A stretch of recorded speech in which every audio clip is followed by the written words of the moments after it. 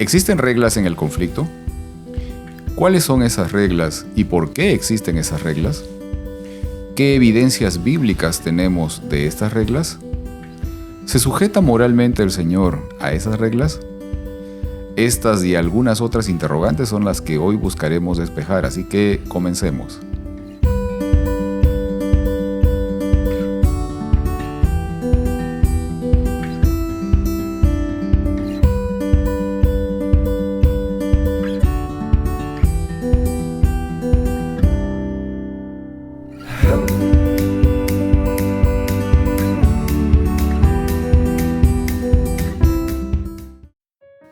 Hola, bienvenidos a este momento de estudio de la lección de escuela sabática. Hola Margarita. Hola Pedro, ¿qué tal? Muy bien, ¿cómo has estado? Muy bien, gracias. Qué bueno. Hola Heriberto. Hola Pedro. ¿Cómo has estado, Heriberto? Muy bien, gracias. ¿Sí? Sí. Un poco frío. Se puso frío de repente. Sí, un frente frío. Sí, de repente aquí donde estamos empezó a un fuerte viento frío y bueno, Creo cambió un poco que el clima. lavé el carro porque según ya no iba a llover, llovió. Mala decisión. Mal momento, pero bueno. Qué bueno que estamos juntos otra vez para tener este momento de estudio y yo creo que va a ser de mucho provecho también, como lo ha sido obviamente estudiar este tema esta semana. Pero ¿qué tal si empezamos con una oración? ¿Quieres orar, Margarita? Oremos. Sí. Gracias Señor, gracias Dios. Gracias por la oportunidad de aprender y de conocerte más. Dios, en cada aspecto vemos más tu grandeza. Ayúdanos a poder compartir esa grandeza con todos quienes nos relacionamos. En el nombre de Jesús, amén. Amén. Amén. Muy bien, y el título de la lección en esta ocasión es Las reglas del conflicto. Y quiero leer del libro de Primera de Juan, el capítulo 3, los versículos 7 y 8. Y dice: Queridos hijos, que nadie los engañe. El que practica la justicia es justo, así como Él es justo. El que practica el pecado es del diablo, porque el diablo ha estado pecando desde el principio. El Hijo de Dios fue enviado precisamente para destruir las obras del diablo. Interesante esto y lo que menciona Juan en estos versículos. Y él habla sobre la práctica del pecado, y el que practica el pecado, dice, es del diablo. Es lo que menciona en este versículo el apóstol. Ahora, ¿cómo definimos el pecado? ¿No? Creo que habíamos hablado un poco de eso antes, pero o sea, ¿cómo definimos el pecado? ¿Cómo concebimos el pecado, digamos? ¿Con qué idea tenemos de eso, no? Porque, por ejemplo, Primera de Juan capítulo 3, versículo 4, precisamente en el mismo capítulo, dice que el pecado es la transgresión de la ley. Pero pienso que habíamos estado también viendo en otras ocasiones que el pecado va más allá de la sola transgresión de la ley, ¿verdad? Pero antes de todo solo quería mencionar que este es el tema que todas las otras lecciones hemos estado medio picándole. Creo que Pedro ha estado muy emocionado por este tema desde antes de que haya salido esta lección. Fue a escuchar a un pastor hablar sobre este tema. Entonces, ha cambiado como nuestro paradigma, haber aprendido un poco más sobre esto. Entonces, realmente es un tema muy emocionante. Definitivo. Y bueno, volviendo a la pregunta, ¿qué es el pecado? Siempre pensamos, pues el pecado es no seguir la ley, ¿verdad? Más o menos, pero claro, no es todo. Claro. Digamos, por ejemplo, Heriberto, si concebimos el tema de la ley como una manifestación también de lo que es el carácter de Dios, el alejarnos o digamos el transgredir la ley implica también el hecho de alejarnos de aquello que significa el cómo es Dios, ¿no? O el quién es Dios, ¿verdad? Podríamos entenderlo también de esa manera. Sí, claro. Definitivo. Sí. O sea, ese es el problema realmente central, o sea, en el tema del pecado en sí, tiene que ver con una mala concepción de quién es Dios. Ahora, desde el principio, justamente, nuestros primeros padres aceptaron la palabra del enemigo de Dios. Y entonces en ese punto se rompió algo fundamental que es necesario para poder establecer una buena relación entre dos partes, que es la confianza. ¿Sí? Sin la posibilidad de la confianza, no puede existir, no puede llegar a crecer o a nacer incluso aquello que conocemos como el amor. O sea, el amor necesita, requiere de elementos importantes, por ejemplo, la libertad, por ejemplo, la confianza. O sea, sin estos elementos no puede crecer, no puede nacer siquiera aquello que conocemos como el amor.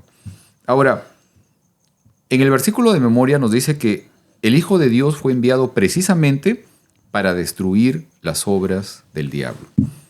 ¿Qué es lo que hizo Jesucristo para destruir las obras del diablo? O sea, ¿cuál ha sido y cuál es el arma de Dios justamente para poder enfrentar las acciones del enemigo? Pues como dijo Dios, es que Él vino a pues revelar el carácter de su Padre. Entonces es revelar el carácter del Padre a través del cumplimiento de las leyes, pero de la forma correcta. Sí. Miramos que Jesús muchas veces cuando se refería a un mandamiento, Él lo hacía más grande. O sea, es como si le hubiera puesto una lupa de aumento y lo expandía. Ajá. ¿Verdad? Podemos el decir, hemos oído que no el desear a otra mujer que no sea tu esposa, pero él dice que simplemente sin pensarlo, solamente pensándolo. Claro. O sea, él siempre expandía más de lo que en realidad era. Y esto es lo que a veces nos hace pensar y nos preguntamos, pero es imposible, ¿verdad? Claro.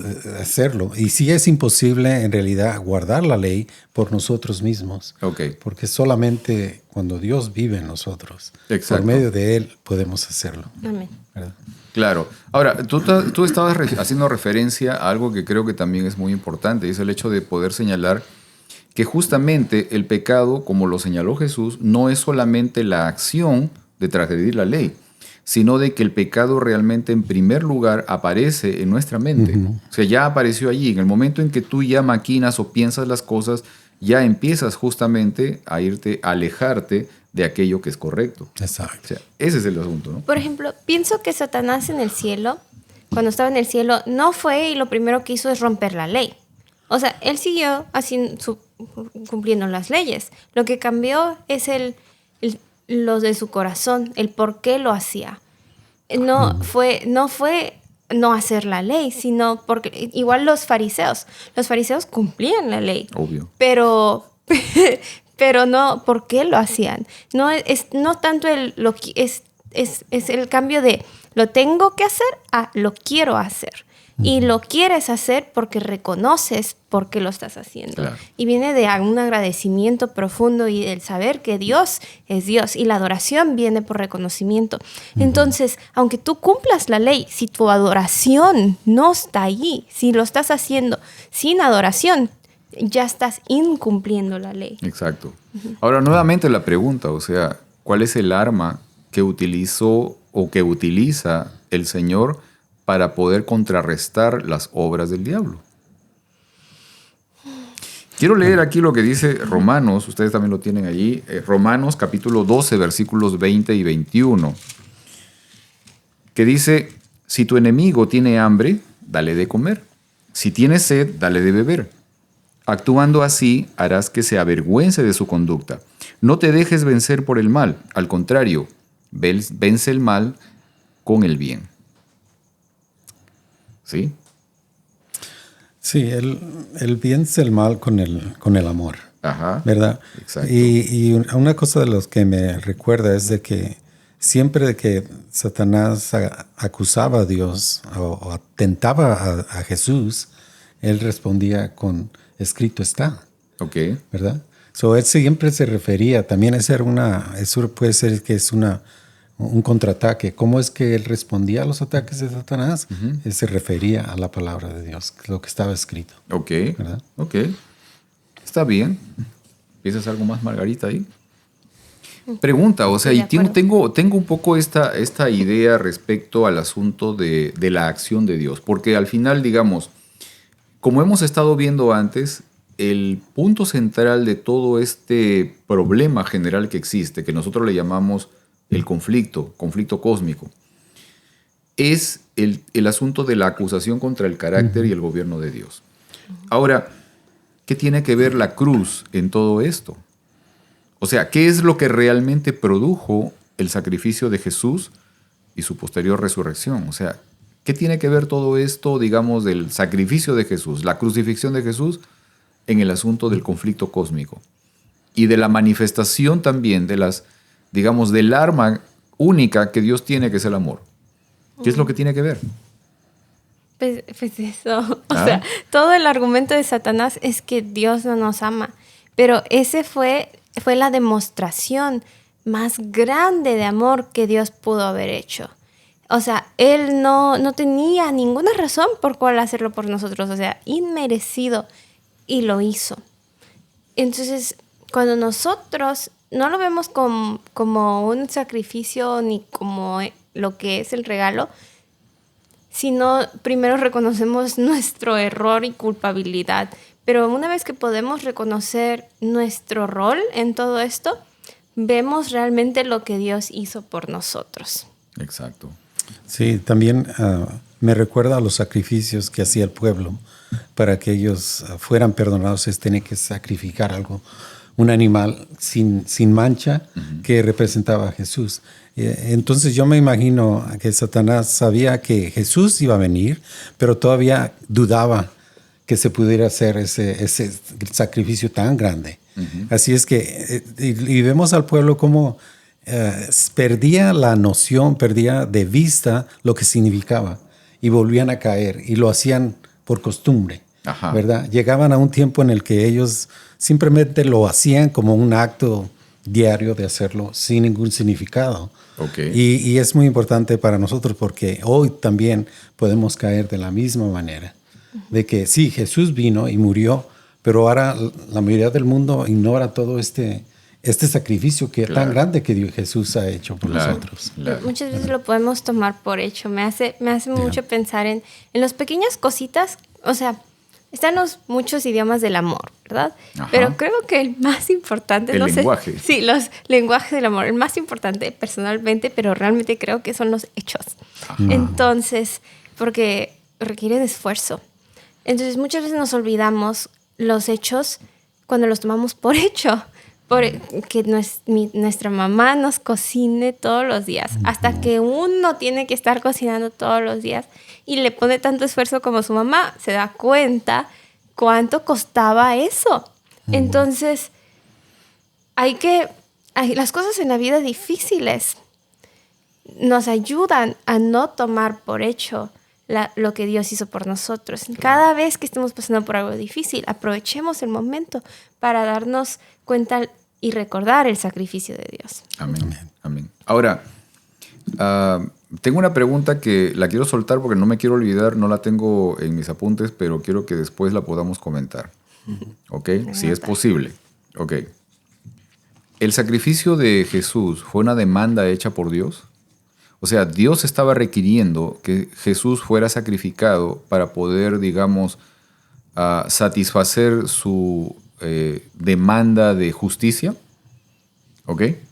Es una pregunta que la quiero soltar ahorita, pero necesito ver otras partes más. Porque, primero, bueno, quiero leer algo que el autor de la lección afirma o escribe en uno de sus libros. No está en la lección de Escuela Sabática, pero está escrito por el autor de la lección, el Dr. John Peckham. Bueno, él dice en su libro Teodicea del Amor, en la página 121, dice: la cruz es el clímax del drama de la sala del tribunal, donde Dios juzga la infidelidad de la humanidad al pacto y al mismo tiempo muestra su propia fidelidad al pacto, su amor y su justicia. ¿Sí? O sea, es un elemento aquí donde, o sea, deja ver el hecho de que en realidad no es una demanda de él, sino de que hay alguien al que se le está demandando el pago por una situación digamos, de deuda, un error, lo que llamamos pecado. ¿Sí? O sea, en ese momento, o sea, Dios utiliza la justicia para poder decir sí, o sea, esa persona tiene que cubrir esa demanda, esa necesidad de esa falta, esa deuda, pero él mismo se hace responsable por esa deuda, ¿sí? Por ese pago. ¿Ok? Yep. Ahora, tú hablabas, Heriberto, del asunto de las tentaciones y mencionabas el hecho de que Jesús refutaba las tentaciones con un escrito está. En el caso de las tentaciones, personalmente veo el hecho de que el enemigo, por lo menos en 2 de las 3 tentaciones, lo afirma abiertamente, tratando de desestabilizar el sentido de pertenencia de Jesús, ¿no? Y le dice, si tú eres el Hijo de Dios, entonces suelta la tentación, ¿no? Okay, pero lo primero lo fundamental es el hecho de poder hacerle dudar a Jesús que realmente Él tiene una conexión directa con el cielo.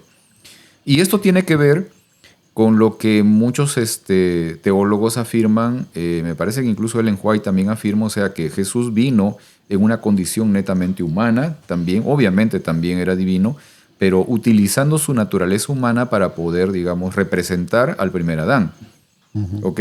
Entonces, en esa condición, Él no tenía memoria de su experiencia o de su vida en el cielo.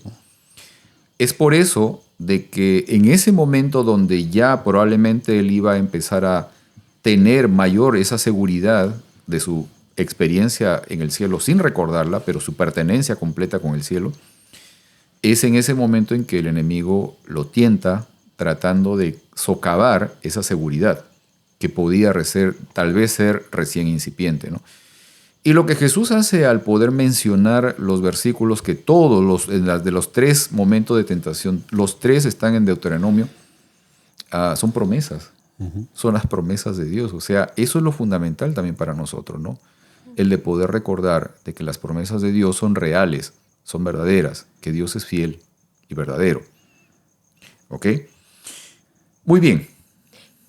Quiero comentar Vamos, sobre Margarita. eso, que muchas veces a nosotros se nos olvida que somos hijos de Dios y no nos comportamos como hijos de Dios o nos sentimos menos enfrente de otras personas porque se nos olvidan estas promesas.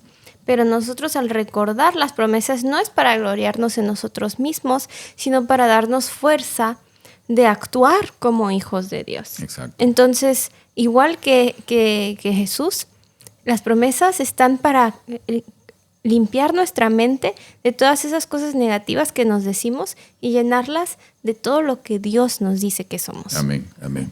Porque ese es un punto importante. O sea, el trabajo del enemigo es buscar minar tu percepción, tu seguridad de pertenencia, de identidad, de que tú realmente eres hijo de Dios. O sea, eso es lo que trata de minar. Por ejemplo, en la depresión, ¿qué piensa uno? No soy útil, no soy necesario. Esas son ideas que Satanás metió. Entonces, las ideas que Dios nos da son vida. Yo soy hijo, yo soy hecho a la imagen de Dios. Mi cuerpo es maravillosamente hecho. Esas cosas, tengo un propósito en esta vida. Claro. O sea, no son las afirmaciones que todo el mundo dice que hagas, es leer la Biblia. Exacto, eso es. O sea, y como digo, el propósito de Satanás es lo contrario. O sea, contrario a lo que es el propósito de Dios. Creo que habíamos conversado, hecho esta pregunta también, de que cuando nacemos, o creo que la hicimos en clase, ¿no? Cuando nacemos como hijos de Dios, porque ¿de qué manera nos llegamos a convertir en hijos del diablo? Porque en algún momento Jesús también se lo dijo a los religiosos de su época, ustedes son hijos de su padre el diablo, ¿no? O sea, nacemos como hijos de Dios, pero después podemos llegar a ser hijos del enemigo. Y parece que sí, o sea, porque justamente ese es el trabajo del enemigo, ¿no? De poder socavar, de poder destruir, de huir aquella identidad, aquella seguridad y firmeza de que nosotros somos verdaderamente hijos de Dios. Ok, quiero leer... Y ese es el pecado. Ese es el pecado, exactamente, ese es el pecado. Quiero leer del libro de Lucas, el capítulo 4, los versículos 5 al 7. Aquí vamos a ir con lo que estabas mencionando, Heriberto. Lucas capítulo 4, versículos 5 al 7. Dice, entonces el diablo lo llevó a un lugar alto y desde allí le mostró en un momento todos los reinos del mundo. El diablo le dijo, te daré poder y autoridad sobre todos estos reinos y también te daré su grandeza porque a mí me lo han dado y yo se lo doy a quien yo quiera. Todo esto será tuyo si me adoras. Interesante. Ahora, estos versículos detallan algunos aspectos importantes. Obviamente está dentro de lo que conocemos como la tentación de Jesús. Pero como dije, si bien es cierto que las tentaciones se enfocan principalmente en socavar la seguridad de la pertenencia de Jesús con el cielo, o sea, de estar directamente conectado con el cielo, las expresiones y las palabras del enemigo en las tentaciones también nos dejan ver algunos detalles interesantes, ¿ok?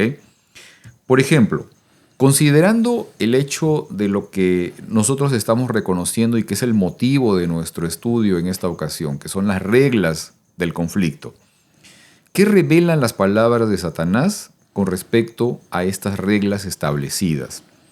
¿Qué revelan las palabras de Satanás con respecto al dominio y la jurisdicción que se le otorgó a él? Porque aquí está diciendo algo interesante. Él dice esto: te daré poder y autoridad sobre todos estos reinos y también te daré su grandeza porque a mí me lo han dado y yo se lo doy a quien yo quiera. ¿Sí? Sí. Reconocemos lo que es, por ejemplo, lo que es jurisdicción, ¿no?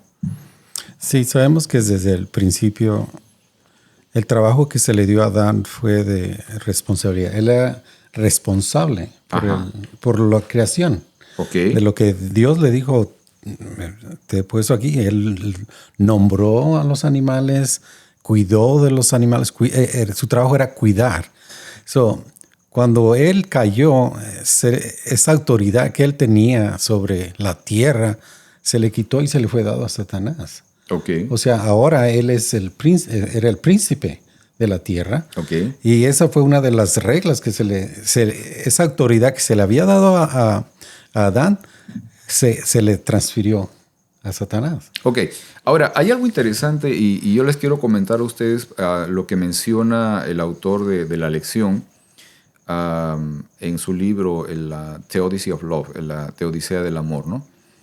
Y él menciona justamente que para poder, digamos, entrar en este proceso de demostración de quién tiene la razón, o sea, oye, tú tienes la razón porque estás señalando de que Dios no es quien dice ser, ok, ¿de qué maneras, o sea, tú que estás acusando o que estás señalando esta duda, puedes realmente demostrar de que lo que él dice o lo que dice que es no es correcto, no es cierto? Entonces, dentro de esa situación, al enemigo, obviamente, como llegó a vencer, a engañar, digamos, a destruir de alguna manera la relación que existía entre los dueños de un mundo recién creado con Dios, esa relación se rompió. Entonces, de manera ilegítima, producto de un engaño, obtiene esa posibilidad de tener autoridad sobre un mundo. ¿Sí? Fue por engaño. Obviamente fue por un engaño. Pero fue un intercambio legal. Claro, ahora vamos a la otra parte. Vamos a la parte de que, ok, para que puedas demostrar esto, entonces ten tú autoridad sobre este mundo. No autoridad absoluta. Tiene una autoridad limitada, obviamente. Sí. O sea, está, digamos, su autoridad, sí, tiene cierta jurisdicción y tiene control, o sea, de muchas cosas. Dentro de ello, el clima, ¿ok? Dentro de ello, la alteración del clima, ¿ok?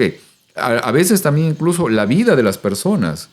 Ahora, obviamente, dentro de eso, dentro de algunos aspectos, como por ejemplo, si la vida de las personas tiene una condición de que reciba cierta autorización, ¿ok? Un permiso. Y eso lo podamos saber luego en el caso, por ejemplo, de la historia de Job, o en el caso, por ejemplo, de la muerte de Acab, también vamos a ver allí de que obviamente hay decisiones que no las toma directamente Satanás, pero que sí han estado en su control. Creo que esto hace más sentido recordando de que hay muchos planetas Y viéndolo en esa escala, por ejemplo, nosotros como en Estados Unidos, pues están los estados y está el estado, o sea, el Estados Unidos, ¿no? Uh-huh. Está el presidente y luego los gobernadores de cada estado, por ejemplo. Entonces, Satanás sería como el gobernador del estado. Una forma que mis papás me lo mostraron visualmente, que siempre me ha gustado pensar en, es, no sé si han visto la Guerra de las Galaxias. A mis papás les fascina a mis padres, porque realmente está muy inspirado por Satanás, pero está inspirado. Y Satanás pues sabe cómo está la onda, ¿no? Porque él ahí estuvo.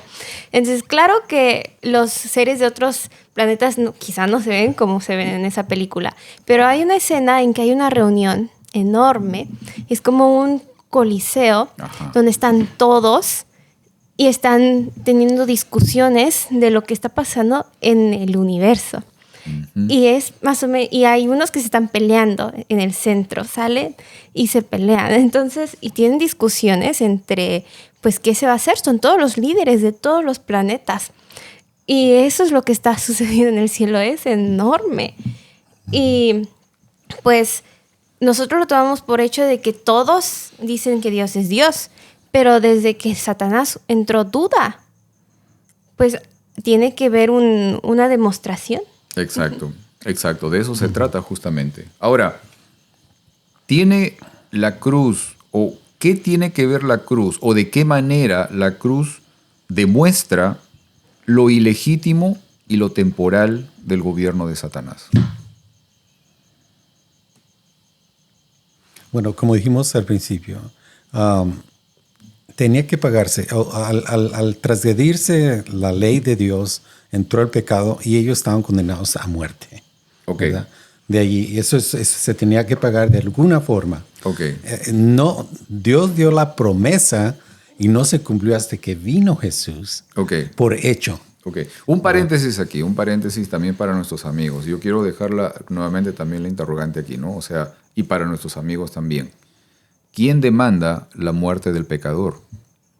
¿Es Dios el que demanda la muerte del pecador? Porque hasta antes de que Jesús venga a este mundo y muera, había un fiscal en el cielo, había un acusador en el cielo, que era Satanás, el cual después de que Jesús muere y resucita, es eliminado. Ya no es necesario ese fiscal. Uh-huh. ¿Te das cuenta? O sea, legalmente, sencillamente ya no se necesita el fiscal. ¿Por qué? Porque ya hay una persona, hay un ser humano que a la vez es Dios, representante y que se sacrificó por todos. Exacto. Ok. ¿Cómo la cruz justamente demuestra esta condición, ¿sí?, de ilegítimo y temporal del gobierno de Satanás, ¿no?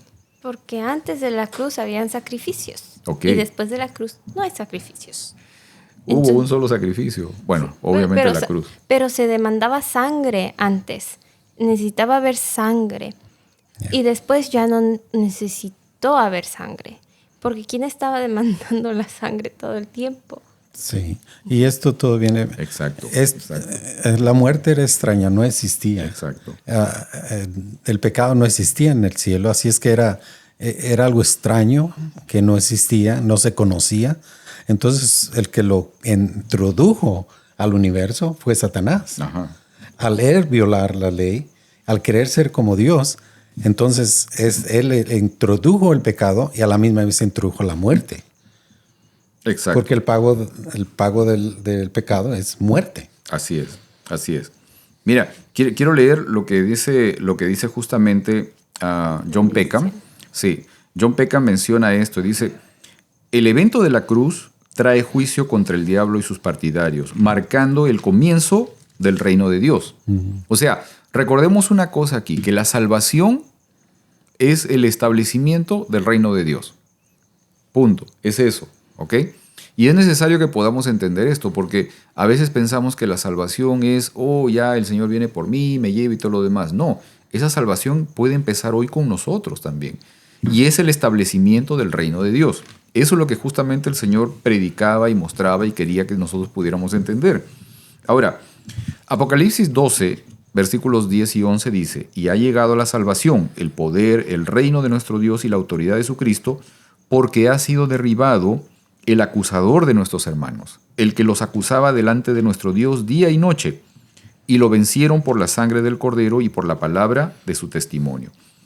Esta es una victoria decididamente legal en el drama cósmico de los tribunales. Ahora, justamente siguiendo lo que menciona Zacarías capítulo 3, podemos recordar un poco la figura esta donde aparece el sumo sacerdote Josué y están en el tribunal del cielo y está allí a un lado el Cordero, está Jesús, y al otro lado está el acusador, que lo acusa, ¿no? Que lo está acusando constantemente. Ok. La muerte y la resurrección de Cristo decisivamente refuta las acusaciones del diablo contra los creyentes. Ahora, es interesante poder reconocer que las acusaciones del diablo contra los creyentes es también, al final, una acusación contra Dios. Es eso principalmente, ¿ok? Ahora, en el libro también del autor de la lección sostiene que la muerte y la resurrección de Cristo han resultado en la excomunión de Satanás del cielo, como dice Apocalipsis capítulo 12. En consecuencia, el príncipe de este mundo ya ha sido juzgado. La obra del juicio que se refiere a la derrota de Satanás, por lo que esta derrota no es una hazaña arbitraria de poder, sino que es un juicio. Es interesante esto, o sea que la crucifixión de Jesús, su muerte en la cruz, en realidad es un juicio contra Satanás. Eso es. Por eso es de que al final Satanás es un ser derrotado después de la muerte de Jesús. Cuando Pablo dice, y lo expuso públicamente, ¿no? Delante de todos, o sea, está hablando de todos los seres del universo, o sea, lo expuso delante de todos para que a través del sacrificio de Jesús en la cruz, todos pudieran ver exactamente quién es realmente Satanás, cuáles eran realmente sus propósitos. ¿Ok? Ahora, es interesante también que en la tentación que Satanás le expone a Jesús, él pone delante de Jesús lo maravilloso del mundo, ¿no? O sea, los reinos, la riqueza, el poder, ¿no? O sea, nos hemos dado cuenta de que en mucha manera el enemigo utiliza justamente esta estrategia para poder, digamos, encandilar nuestros ojos o nuestros sentidos y poder arrastrar nuestra atención en una dirección opuesta a la de Dios. ¿Por qué será que muchas veces se utiliza justamente el poder, la riqueza, la fama, no sé, la popularidad, muchas cosas, ¿no? De ese tipo, para poder alejar a las personas de todo aquello que significa el camino de Dios? ¿Se han puesto a pensar? Sí. ¿Cómo es que también, sobre todo, por ejemplo, a los jóvenes, bueno, a cualquier persona, obviamente, se la trata de atraer de esa manera, ¿no? Y lo que me viene a la mente a mí es simplemente Hollywood. Ajá. ¿Verdad? Sabemos que muchos de los artistas literalmente dan su alma al enemigo para que él les pueda ayudar a engrandecer su fama. Claro. Y sabemos que hacen muchos ritos, hacen muchas cosas que usualmente no hablamos, pero en realidad ellos tienen su Dios. Sí, sí. Y creo así que como nosotros creemos en el Dios que nos ayuda, que nos protege, ellos también tienen su Dios. Exacto. Y creo que los en la actualidad ayuda a sobreponerse y a engrandecerse. Lo reconocen públicamente, creo, en la actualidad con mucha facilidad también, ¿no? Es que, a ver, como dijimos, Satanás tenía su dominio acá en la tierra. Y cuando nuestra vista está acá en la tierra, pues obvio que vamos a ver como lo máximo lo que está en la tierra. Exacto. Pero cuando nuestros ojos están en la fe, entonces vemos más allá, y ya no vale lo que está acá en la tierra. O sea, Dios pudo decirle no a lo de la tierra porque su meta estaba más allá. Es como los niños que les daban un malvadisco si se lo comían ya, pero 2 si se esperaban. Bueno, pues los que veían más allá veían que había 2 después, pero los que veían nada más en el momento, pues se comían el malvadisco. Pero si nosotros mantenemos nuestra vista más allá, Pues 2 malvaviscos. Exacto. Bueno, 2 apios para los saludables. Exacto. Esa es una condición. Bueno, creo que en algún lugar he visto ese experimento justamente de conducta. Me parece muy, muy interesante. Y sí, y las personas que se esperaban a la recompensa tardía tenían más éxito en la vida. Claro, lógico, ¿no? Eso, por ejemplo, tiene que ver con asuntos como, por ejemplo, el hecho de guardar... Dominio propio. Sí. O, por ejemplo, cuando se habla de, por ejemplo, tener fondos de retiro, ¿ok?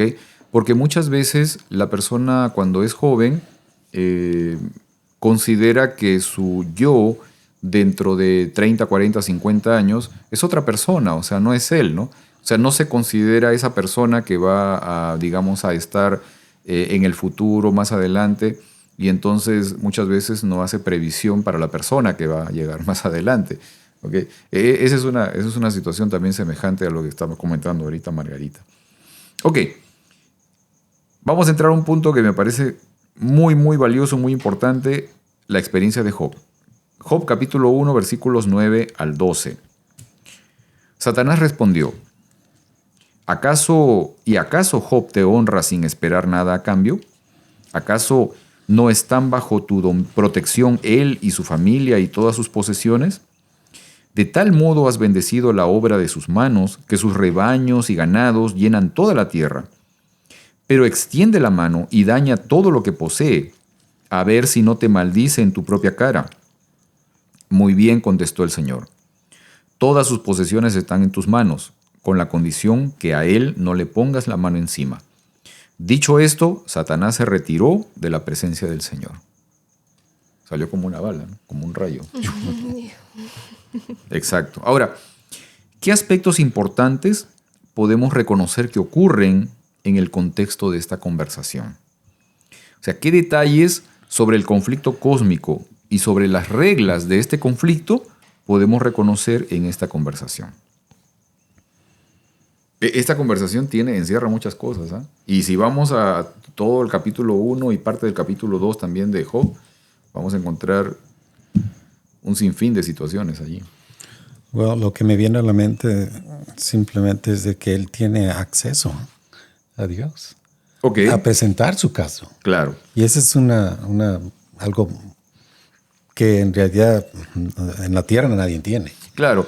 En sí, bueno, el capítulo 1 de Job también da detalles del hecho de que dice, llegó el momento en que se presentaron delante de Dios todos los hijos de Dios, ¿no? Y entre ellos iba Satanás también, o sea, y él iba como representante de este mundo, ¿no? O sea, su dominio, ¿no? Que aquí estoy yo también, pues yo también entro en el concilio, ¿no? Ahí está lo que mencionaba Margarita de la película esta de Star Wars, sí, la guerra de las galaxias, y entonces ahí están en el concilio, todos ahí de diferentes partes del universo, ahí están. Ok, representación porque tiene jurisdicción y tiene gobierno, o por lo menos tenía, ¿ok? Sí. Eso también es muy importante y es claro, o sea, esa jurisdicción y ese gobierno se terminaron. Pero ¿Okay? Algo más a notar es como que la sombrilla de protección de Dios, ¿no? Ok, esa es otra, ¿ya? Y estamos hablando aquí, ya estamos hablando de reglas del conflicto, ¿ok? Sí. Esa sombrilla de protección, Heriberto, ¿sí? Ese elemento de cerco. Ay, yo la tengo solo porque mis papás oran por mí. Eso es muy importante. O sea, la manera en que nosotros, digamos, podemos ejercer un beneficio, una bendición a nuestros hijos, a nuestros seres amados, por el hecho de orar por ellos, ¿no? Y nuestra responsabilidad y compromiso también de poder orar por ellos, por nuestros hijos, por nuestros seres amados, así como por otras personas en necesidad, de poder también rogar al Señor por ellos, ¿no? ¿Quería decir algo? Sí, lo que estoy pensando es de que qué audacia de Satanás, porque en realidad está retando a Dios. Esa es otra parte. Está retando a Dios, diciéndole, tú no eres justo. Exacto. En realidad le está diciendo que no es justo. Exacto. Ahora, quiero que visualicemos y nuestros amigos también, ¿no? Porque esta conversación entre Satanás y el Señor, que el libro, digamos, literalmente lo recolecta de esa manera o lo describe de esa manera, en realidad no es una conversación privada. O sea, no es una conversación entre dos partes que se encuentran de forma amical o casual y que empiezan un diálogo. No. Están dentro de un concilio, están en realidad en un tribunal, o sea, están desarrollándose un asunto legal y dentro de eso es que ocurre esta conversación, ¿ok? Y esa era una de mis preguntas, o sea, ¿podemos nosotros percibir el hecho de que dentro del contexto de esta conversación se encuentra en un asunto, dentro de un marco de una discusión legal realmente que tiene que ver con el carácter de Dios? ¿Que tiene que ver con un cuestionamiento a Dios? O sea, eso es lo que se está ventilando, eso es lo que de eso se está hablando en ese momento. Por eso es de que el Señor, cuando le pregunta a Satanás, ¿tú de dónde vienes? Y ahí le dice, ¿has considerado a mi siervo Job? Y obviamente se desarrolla todo lo demás, pero hay un cuestionamiento contra Dios. Cuando el Señor obviamente le menciona a Satanás respecto de Job, de que es una persona justa, etcétera, etcétera, y Satanás responde, ¿no? Y le dice, no, pero tú lo has cercado de todo lo demás. En realidad lo que está diciéndole a Dios es, tú no eres justo, o sea, o tú a él lo proteges, o sea, tú no dejas que yo realmente demuestre si él es justo o no. Está diciendo, solo te quiere porque le das todo, ¿También? pero si no le das nada, no te quiere. Es todo eso, es todo eso. No eres digno de ser querido. Exacto. Exacto. Y el adorar a Dios es adorarlo porque quieres, no porque tienes que. Obviamente. Obviamente, si no, digamos, la adoración no sería sincera, ¿no? O no sería por amor la adoración a Dios. Sería miedo. Sería por miedo, sería por conveniencia, por otras razones. Y eso no es amor. No es amor verdadero. ¿Sí? Pues cada vez que estamos en un momento malo, aprovechemos a adorar a Dios para darle puntos. Claro, claro, exactamente, exactamente. Ahora, es evidente el poder del enemigo en la vida humana, como también, como lo comenté hace un momento, o sea, también tiene un poder sobre la alteración climática, ¿sí? Algo que nos está preocupando mucho en el presente. Ahora, ¿por qué creen ustedes de que incluso hoy todavía seguimos pensando que las desgracias relacionadas con, por ejemplo, los fenómenos atmosféricos son acciones de Dios? ¿Cómo podríamos, por ejemplo, enseñarles a los más jóvenes, a los más chicos, de que estos fenómenos que a veces causan mucho daño no son en realidad la acción de Dios? Pues también creo que tiene que ver un poco la narración de la Biblia. Porque, por ejemplo, cuando contamos la historia de Noé, pues Dios destruyó al mundo. Entonces, pues si Dios pudo... Aunque yo tengo una percepción diferente. Ajá, pero así lo contamos. Y así se lo Exacto. contamos a los niños. Exacto. Entonces, la forma que nosotros narramos las cosas, pues es como nosotros lo vamos a percibir. Exacto. Sí, Exacto. sí, porque eso lo hemos estado hablando varias veces, que cómo es que Dios, siendo un Dios de amor, puede causar una destrucción de su misma creación. Exacto. Pero discutimos esto, pero en realidad no nos ponemos a pensar, ok, si no fue Dios, entonces, ¿cómo fue que ocurrió? Exacto. ¿Verdad? Y también, por ejemplo, cuando Sodoma y Gomorra, Ajá. pues decimos, pues Dios lo destruyó. Ajá. Pero es la forma que nosotros lo hemos estado narrando y contando las historias de los niños toda la vida. Entonces, pues los niños van a crecer con esa percepción. Exacto. Yeah. Y en parte, en realidad, claro, uno narra lo que dice la Biblia, pero también debemos reconocer que lo que está escrito allí fue escrito por personas que a su vez percibieron las cosas de determinada manera. O sea, en este caso, por ejemplo, el asunto del diluvio, el asunto de Sodoma y Gomorra, Moisés fue el que escribió todo eso y Moisés fue el que justamente percibió ese asunto.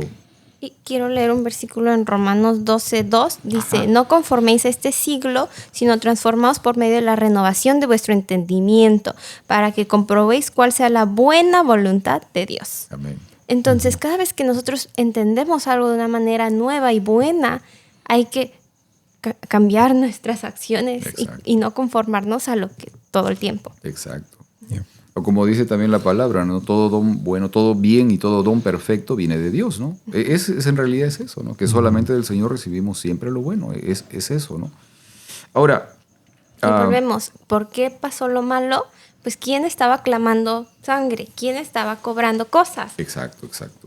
Por si no quedó duda, Sí. por si no quedó clara la respuesta. Gracias por hacerme recordar esa parte, Margarita, porque en realidad es eso, ¿no? O sea, el libro de Job justamente nos deja ver un asunto detrás de la cortina, ¿no? O sea, poder entrar en un área ligeramente, o sea, se destapa un poquito la cortina y podemos ver lo que hay más allá de nuestra realidad. Y podemos notar realmente algunos aspectos del por qué ocurren algunas cosas en nuestra realidad y quién realmente está detrás de los asuntos que impactan de manera negativa en nuestras vidas. O sea, eso es real, eso es definitivo, ¿no? Es el mismo personaje, el mentiroso, el padre de mentira, el asesino del principio, en fin, es el mismo personaje que siempre aparece en estos hechos. El que demanda justamente la sangre, el que demanda el hecho de que, oye, esta gente no quiere nada contigo, esta gente me pertenece a mí. Oye, esto es algo que vamos a ver pronto. El tema de la pertenencia, ¿cómo lo dice la lección? Es como el asunto de si jurídicamente pertenecemos al enemigo, o sea, le pertenecemos. Podemos llegar a pertenecer. Es así. El enemigo es un gobernador ilegítimo, pero nosotros podemos convertirnos en su pertenencia legítima. ¿Ok? Eso lo vamos a ver luego y también para nuestros amigos. Eso lo vamos a ver luego probablemente en la siguiente lección, la siguiente semana. Vamos a ver ese punto y me parece muy, muy relevante. O sea, el hecho de que Satanás es un gobernante ilegítimo, pero nosotros, por nuestra propia voluntad, podemos llegar a convertirnos en dependientes legítimos de él. Estar sometidos a él. ¿Ok? Ay, pienso que realmente, es como guerra. Es una guerra. O sea, imagínense una guerra civil. Una vez que ya eres de un bando, ahí te quedas. Y si no importa qué pase, si se separa, se convierte en un estado, y un estado que está en quiebra, ahí te quedaste en ese estado que está en quiebra. Así que ten cuidado a cuál bando perteneces. Esa es la parte que tratamos de justamente señalar, creo que la semana anterior, ¿no? O sea, el hecho del por qué es importante el que a dónde apunta nuestra adoración. Porque en base a eso le estamos dando la razón o nosotros nos estamos alineando con un bando o con el otro. ¿Sí? Es eso en realidad. Ok, antes de que veamos la película, la pregunta que había hecho, que ya me olvidé cuál era, vamos a ver esta parte de aquí, porque mi memoria me falla a veces. Gracias, Margarita, por tenerlo apuntado. Ok, quiero leer del libro de Marcos, el capítulo 6, los versículos 4 al 6, que dice: Entonces Jesús les dijo, un profeta recibe honra en todas partes, menos en su propio pueblo, y entre sus parientes y su propia familia. Y debido a la incredulidad de ellos, Jesús no pudo hacer ningún milagro allí, excepto poner sus manos sobre algunos enfermos y sanarlos. Y estaba asombrado de su incredulidad. Ahora pregunta para ustedes. ¿Será que Dios, el Dios Supremo, debió aceptar reglas, límites, condiciones en su accionar para entrar justamente en este litigio, en este proceso legal de demostración de que su carácter realmente es de amor y demostrar ante el universo que realmente Él es veraz, Él es verdadero? O sea, ¿habrá entrado el Señor justamente en esa condición de reglas, limitaciones, condiciones para poder demostrar quién es Él? Yo creo que la única limitación o regla que Dios tiene fue en la misma creación. Cuando Dios nos creó, Él nos creó perfectos con libre albedrío. Okay. Y ese es el único límite que Él mismo se puso, nuestro libre albedrío. Ajá. Es una regla que Él no puede violar. Okay. O sea, no nos puede hacer nosotros amarlo por la fuerza. Okay. Y yo creo que es una regla, yo creo que aplicas nada más a Dios. De Okay. ahí yo no puedo pensar de otra que pueda ser limitado, Dios. Okay. Yo tengo aquí algunas digamos, algunos versículos que dan pie a pensar en un asunto de acuerdos, ¿ok? O de ciertas condiciones en las cuales también el Señor entró con la otra parte, o sea, dentro de este proceso. Ahora, creo que como habíamos visto hace un momento, el único elemento digamos, de acción de Dios para poder resolver este asunto es la manifestación de su carácter en todo momento. O sea, la manifestación de su carácter es en realidad la única arma que el Señor expone siempre. Y esa manifestación de su carácter es amor. Entonces, a partir de ese punto, se desarrolla todo lo demás. ¿Sí? Ok. Ok, sí. Mire, déjeme leer, por ejemplo, no voy a leer, solamente voy a citar los versículos. Mateo 8:29. ¿Ok? Nuevamente, que habla de acciones y tiempos, ¿no? Recordábamos la vez pasada, o sea, cuando conversa con los demonios, ¿no? Con los endemoniados gadarenos y les dice, bueno, los demonios le dicen a Jesús, aquí has venido, ¿no? Has venido a destruirnos, has venido antes de tiempo, aún no es el tiempo, ¿no? O sea, dando a entender de que tienen un acuerdo respecto a tiempos. ¿Okay? Sí, tienes razón. Sí. Cuando dije al principio, lo único que restringe a Dios es el libre albedrío que tenemos, pero como dos partes diferentes, sí, el tiempo lo limita, sí. Y principalmente al enemigo. Exacto. Por eso están los tiempos de las profecías que se deben de cumplir. Son plazos, ¿no? ¿Verdad? Sí, hay plazos. Y de ese tiempo, vamos a decir que Dios sabe el tiempo. El enemigo también. ¿Verdad? Sí. Obviamente son condiciones que tienen en ambas partes. O sea, de que hay plazos para que se cumplan ciertas cosas, ¿no? Ok. Lucas capítulo 8, versículo 31. Por ejemplo, habla del lugar, ¿no? De un lugar donde los espíritus caídos, los ángeles caídos, han sido confinados también. Y esto es muy importante porque, o sea, estos ángeles caídos deberían estar confinados allí. Y sin embargo, el ser humano les abre la puerta para que ellos puedan entrar a nuestra realidad. Por eso fue el elemento tan importante de la orden estricta de Dios de que el ser humano no se dedique a estar entrando en este campo de la adivinación o de la brujería o de este tipo de cosas, porque justamente al hacer este tipo de acciones, al tratar de comunicarse con estos espíritus, lo que se hace es abrirles la puerta de ese espacio donde están confinados para que puedan ubicarse en nuestra realidad y actuar de alguna manera. Y a veces es difícil nosotros pensar en que hay en realidad un lugar, pero lo que a mí me viene a la mente es que hay muchas dimensiones también que nosotros no podemos entrar. Y quizás Dios puede usar una dimensión simplemente para tenerlos ahí, que no puedan salir. Claro, no, digamos, un lugar físico. No sabemos eso, ¿no? En la Biblia se expresa, digamos, como un lugar, el abismo, ¿no? Y en el concepto, en la cosmovisión hebrea, lo consideran como un espacio que está en lo muy profundo debajo de la tierra, ¿no? ¿Okay? Mucho más profundo de donde se ubican las tumbas, ¿no? ¿Okay? Que es el Seol, ¿no? El Sheol, ¿no? Ahí están, o sea, es el espacio donde están los muertos, pero en un lugar mucho más profundo está el abismo, ¿ya? Donde supuestamente allí también llegó Jesús, producto de la muerte. O sea, es un espacio de la segunda muerte también, es un espacio sin retorno. Allí también supuestamente estuvo Jesús, cuando eso se menciona en Apocalipsis, cuando dice, yo soy el que era y el que fui, en fin, ahora soy nuevamente. Tengo las llaves del abismo, o sea, tengo las llaves justamente de ese espacio, ¿no? Fíjate qué misericordioso es Dios, de que los que se mueren malos no los ha mandado ahí todavía. Exacto. Eso también es súper buena onda, porque pudo haberlos, si ya murieron mala onda, dejado que se murieran ahí todavía. Pero todavía les da la oportunidad de darse cuenta de que se equivocaron y explicarles el por qué al final sí van a ir ahí. Exacto. Eso realmente es una manifestación real del amor de Dios.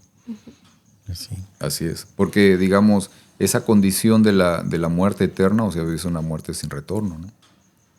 Sin retorno. Ese es el punto, ¿no? Ok. Además de esto, todavía hay algunas cosas más, ¿no? Por ejemplo, lo que estaba mencionando ahorita, Mateo capítulo 13, versículo 58, el hecho de que en algunas ocasiones Dios tiene, digamos, a pesar de que quisiera actuar en favor de las personas en mayor grado, no lo puede hacer debido justamente a digamos, al rechazo probablemente. La Biblia lo expresa como la falta de fe. Quizás de alguna manera podemos considerarlo el tema del libre albedrío, ¿ok? O sea, hay una condición ahí que a veces que le impide a Dios actuar más en favor de la persona. Y aquí también Dios nos da la solución porque sabemos que está la oración. Exacto. Que es lo que abre esa posibilidad para que Dios pueda obrar. Así es, así es. Cuando esa limitación está de por sí, de por hecho, pero el simple hecho de nosotros aplicar la oración, entonces abrimos esa puerta. Amén. Y quitamos esa limitación. Amén, amén, amén. Fíjense que creo que ya les había comentado hace un tiempo atrás, y bueno, en clase lo comentamos, el asunto de que en casa estamos participando de un grupo de oración en las mañanas, muy, muy temprano, y digamos el momento de oración implica, bueno, una pequeña meditación que la hace alguien, todos escuchamos, pero después de eso ya se entra en la parte de la oración en sí, y esta oración tiene secuencias. Y la primera parte de la oración es la de poder manifestar adoración a Dios, manifestar alabanza al Señor por quién es Él. ¿Ok? Y eso es un elemento muy, muy serio, o sea, muy importante, porque quizás nuestros amigos, yo mismo, cada uno de nosotros, estamos acostumbrados a que nuestra oración sea un pedido, ¿no? O sea, te pido, Señor, esto, te pido por fulano, te pido por mi casa, por mis hijos, mi problema, etcétera, ¿no? Y en realidad, la oración fundamentalmente es la posibilidad de decirle al Señor, Señor, yo reconozco que tú eres así. Yo reconozco que tú eres yo reconozco que de ti encuentro o en ti encuentro esto, ¿no? O sea, esos aspectos realmente son lo importante en la oración porque eso me está ayudando a poder conocer mejor a Dios. Al reconocer en Él sus cualidades, quién es Él, realmente lo que estoy haciendo es aprendiendo a conocerlo. Y eso es la vida eterna. Eso es realmente la vida eterna, que te conozcan a ti, el único Dios verdadero, y a Jesucristo, a quien has enviado. Eso es fundamentalmente. Entonces, en este elemento de la oración, el reconocer a Dios o sus cualidades o reconocer quién es Dios es fundamental. Y luego, la confesión de mis pecados, ¿no? La confesión abierta de mis pecados, lo que soy yo, reconocer quién soy yo. Y después de eso, la plegaria, ¿sí? La súplica y el agradecimiento al final. Y está. Un orden muy adecuado, muy conveniente de la oración. Y quizás ustedes también lo pueden poner en práctica en casa. Pienso que es muy, muy valioso. Ok. Pregunta dentro de esto. ¿Qué significa para ti la victoria de Dios? ¿Qué representa, en tu opinión, la salvación? Lo de la salvación ya lo habíamos comentado. La salvación en realidad es el establecimiento del reino de Dios. Pero ¿qué significa para ti la victoria de Dios? La victoria sobre el mal. Creo que tú ya lo habíamos escuchado en la clase. ¿Ok? ¿Tienes idea, Margarita? Si no, para comentar aquí algo. Sí, comenta. Vamos a comentar. Miren, quiero leer lo que dice también en el libro de The Odyssey of Love, Stephen Knoll, en la página 123 del libro de la Teodicea del Amor, dice esto. La salvación en la Biblia no es simplemente la salvación de un enemigo, ni la victoria de Dios es simplemente una demostración de poder abrumador. La victoria de Dios es siempre la vindicación de su justicia, y la salvación siempre está dirigida hacia el establecimiento de su reino. O sea, eso es, ¿no? La victoria de Dios realmente tiene que ver con vindicar su nombre. Esa es la victoria de Dios. No es el asunto de un ejercicio de poder sobre un ser que es inferior. No. Es el hecho de poder demostrar que realmente Dios es quien dice ser. Esa es la victoria de Dios. Y el establecimiento de su reino es porque mientras que no está establecido, pues hay feas cosas. Pero su reino significa que todo es hermoso. Amén. Entonces es por amor, es por buena, es por qué bonito. Así es, así es. Y miren, ya nos pasamos del tiempo, pero tengo una pregunta más que creo que es una pregunta fundamental. Llegamos a esta pregunta y es crucial para nosotros y creo que también lo va a ser para ustedes. Sí. ¿Ok? Les dije que esta lección era a lo que estábamos llegando. Esto es muy importante y esta es una pregunta crucial, así que si se perdieron todo lo demás, por favor no se pierdan esta parte porque es elemental. Time coso. Exacto. Satanás es un ser derrotado. Ha sido vencido y ha sido expulsado de su papel de fiscal en el cielo. Sin embargo, aún no ha sido completamente eliminado. Pregunta, ¿por qué es que el enemigo aún no ha sido completamente eliminado? ¿Por qué si el enemigo es un ser juzgado y derrotado, aún sigue existiendo? Es lo que estábamos hablando en la lección. Bueno, es lo que estábamos hablando en clase. Y es lo que llegamos a la conclusión de que nosotros todavía estamos luchando con el pecado en nuestras vidas. Okay. Mientras nosotros nos mantengamos en no decidir en qué lugar vamos a estar, va a existir todavía, ¿verdad? Y esta pregunta la hicieron en los comentarios la semana pasada. Así, gracias Julia por hacer ese comentario. Yo sé que sí, aprecié mucho esa pregunta sobre todo. Y me esmeré para poder justamente encontrar la respuesta a esa pregunta. Yo también he pensado mucho en esta pregunta. Okay. Y durante el estudio de este tiempo, con todo lo que Pedro ha comentado, he llegado a... yo soy muy visual. Okay. Entonces, como dijo un poquito antes en la lección, dijimos que el clímax fue la cruz, ¿verdad? Exacto. Luego, al hablar de Apocalipsis, el clímax es el capítulo 12 al 14. Así es. ¿Cuántos libros, cuántos capítulos hay en Apocalipsis? 1 al 22. Sí. Clímax de la cruz. Clímax de la cruz, ¿cuánto tiempo es antes de Cristo y después de Cristo? Entonces, no sé si han visto cómo se escribe una historia o la compostura de una historia.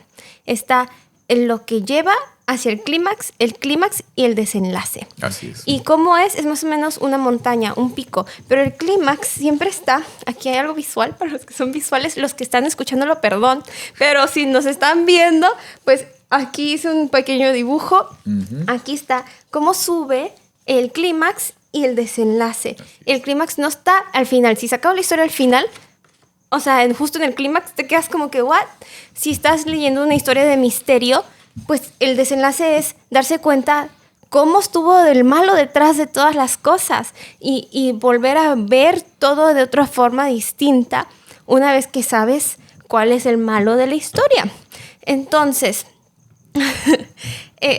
está Apocalipsis escrito en esta compostura, está la Biblia y el tiempo, el clímax antes de Cristo y después de Cristo, toda la historia del mundo está escrito en esta misma forma de historias. Es una gran historia épica que somos parte de. Y es nuestro papel el desenlace y mostrar lo que sabemos. Así es, así es.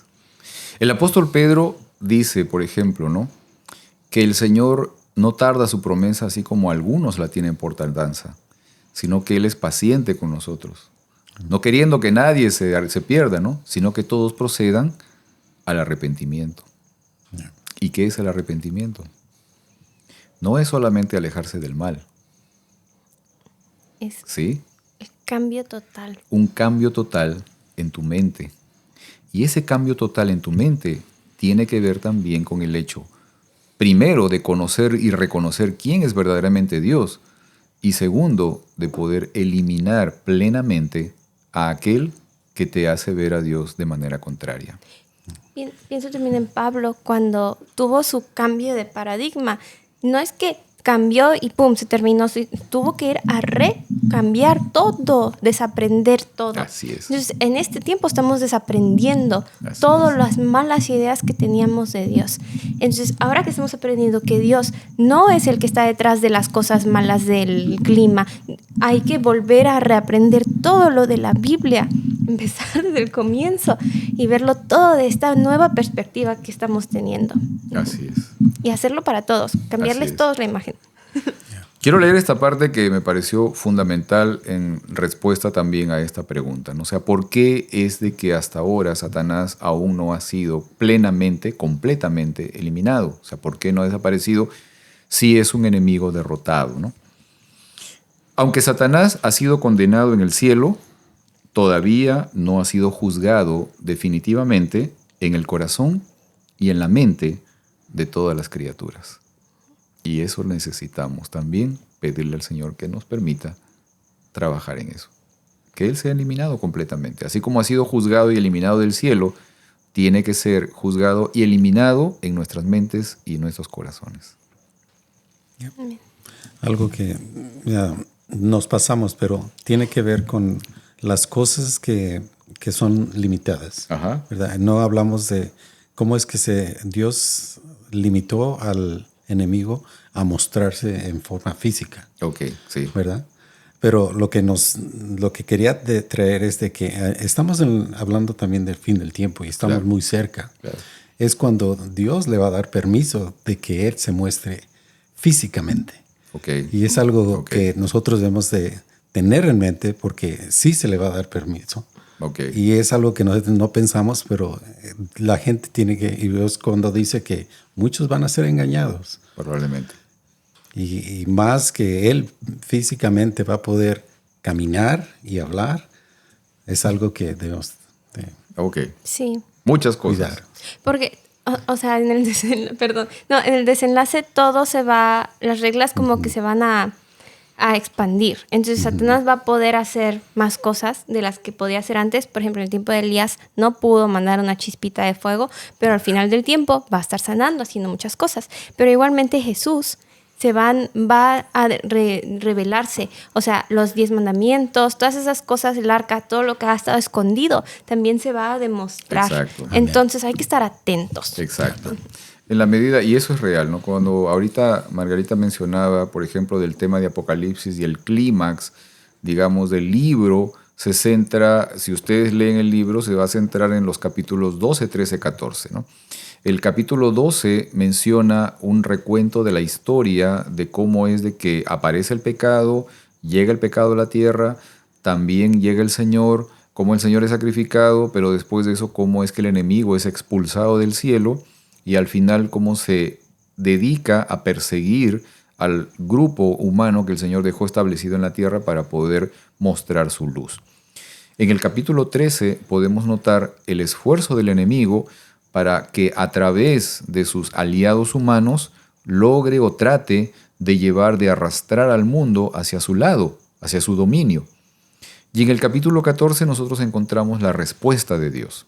Allí encontramos justamente la manifestación y la respuesta, el contraataque de Dios frente al ataque del enemigo. Así que no estamos solos y no estamos desamparados, obviamente, y las condiciones del resultado de este conflicto nosotros las conocemos. Y es que parte de las reglas es que nosotros tenemos que mostrar el carácter de Dios. O sea, eso... ¿Y por qué no ha venido Dios? Porque no estamos cumpliendo nuestra parte. Bueno, animémonos para que así sea. Animémonos para que así sea. Y pidámosle al Señor eso, al reconocerlo a Él en todo aspecto en nuestras vidas.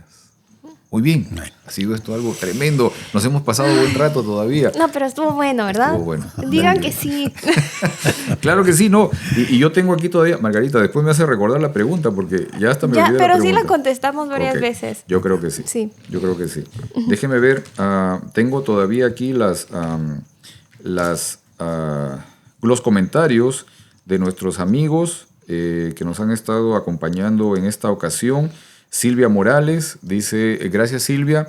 Un repaso sí complicado tal vez de entender, pero agradecemos la frescura de los jóvenes, sobre todo, y sus oportunos ejemplos y bendiciones a Igor, que Dios le permita cumplir sus planes en él. Y bueno, desde aquí mandamos un saludo también para Igor.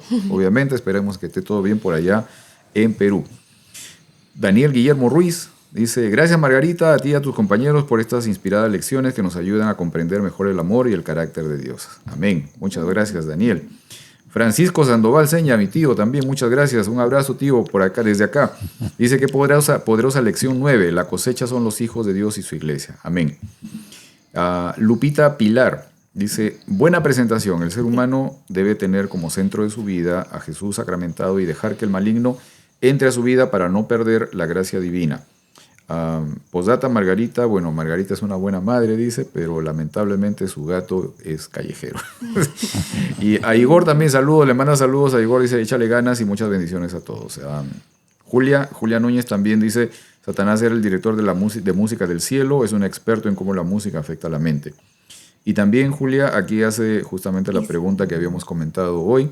Dice, ¿por qué Dios no eliminó a Satanás después de la cruz y la resurrección, cuando ya todo el universo le debe haber quedado bien claro el verdadero carácter de Satanás? Porque no le quedó claro. Exacto. Ya comentamos esa pregunta y muchas gracias también, Julia, por la pregunta. Y a cada uno de ustedes por sus comentarios también y por estar también siendo parte de esta experiencia de compartir la palabra del Señor. ¿Qué tal si oramos, Heriberto? Sí, claro. ¿Sí? ¿Puedes orar? Claro que sí. Padre nuestro, gracias te damos por esta lección tan importante que hemos aprendido de los límites que existen entre el bien y el mal y cómo es que la historia se desenvuelve, pero tú siempre sales ganador. Sabemos que tú vienes pronto, ayúdanos a estudiar por nuestra parte, a aprender más de los misterios que tú tienes, que quieres revelar para tu pueblo, que nosotros personalmente tomemos tiempo de orar, de estudiar y de tener una relación más cerca contigo. Señor, bendícenos, bendice a aquellas personas que nos están viendo por diferentes canales, bendícelos a ellos también y a sus familias. Gracias en el nombre de Jesús. Amén. Amén, amén. Muy bien, nos vemos entonces la próxima semana. Jóvenes, sí. Nos vemos entonces la próxima semana, amigos, también. Hasta luego.